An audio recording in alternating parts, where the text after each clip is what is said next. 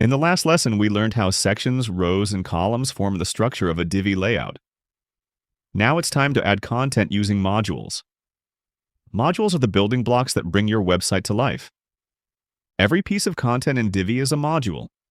Whether it's text, images, buttons, videos, sliders, forms, or even advanced elements like a blog feed or WooCommerce product. Modules are always placed inside columns, which are inside rows, which are inside sections.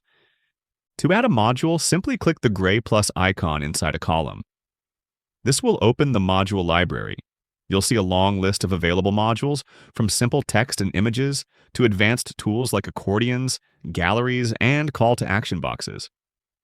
You can scroll through the list or use the search bar to quickly find what you need. Let's add a text module as an example. After clicking the plus icon and selecting text, the settings panel opens on the right. Just like with sections and rows, modules share the same three tabs: Content, Design, and Advanced. In the Content tab, you'll add your actual content.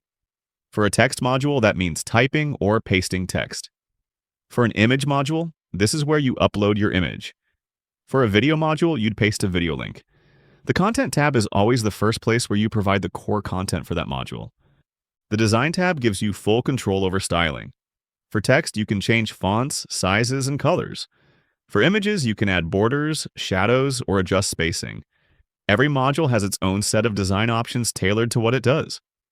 This is where you make your content look the way you want. The Advanced tab gives you extra control.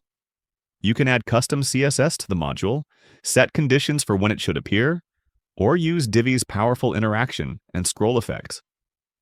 These options are especially useful if you're building more complex sites. To show another example, let's add a button module. In the Content tab, you'll set the button text and link. In the Design tab, you can style the button with colors, hover effects, and alignment. And in the Advanced tab, you could add custom code. Every module works in the same way. You add it inside a column, then configure it using Content, Design, and Advanced tabs.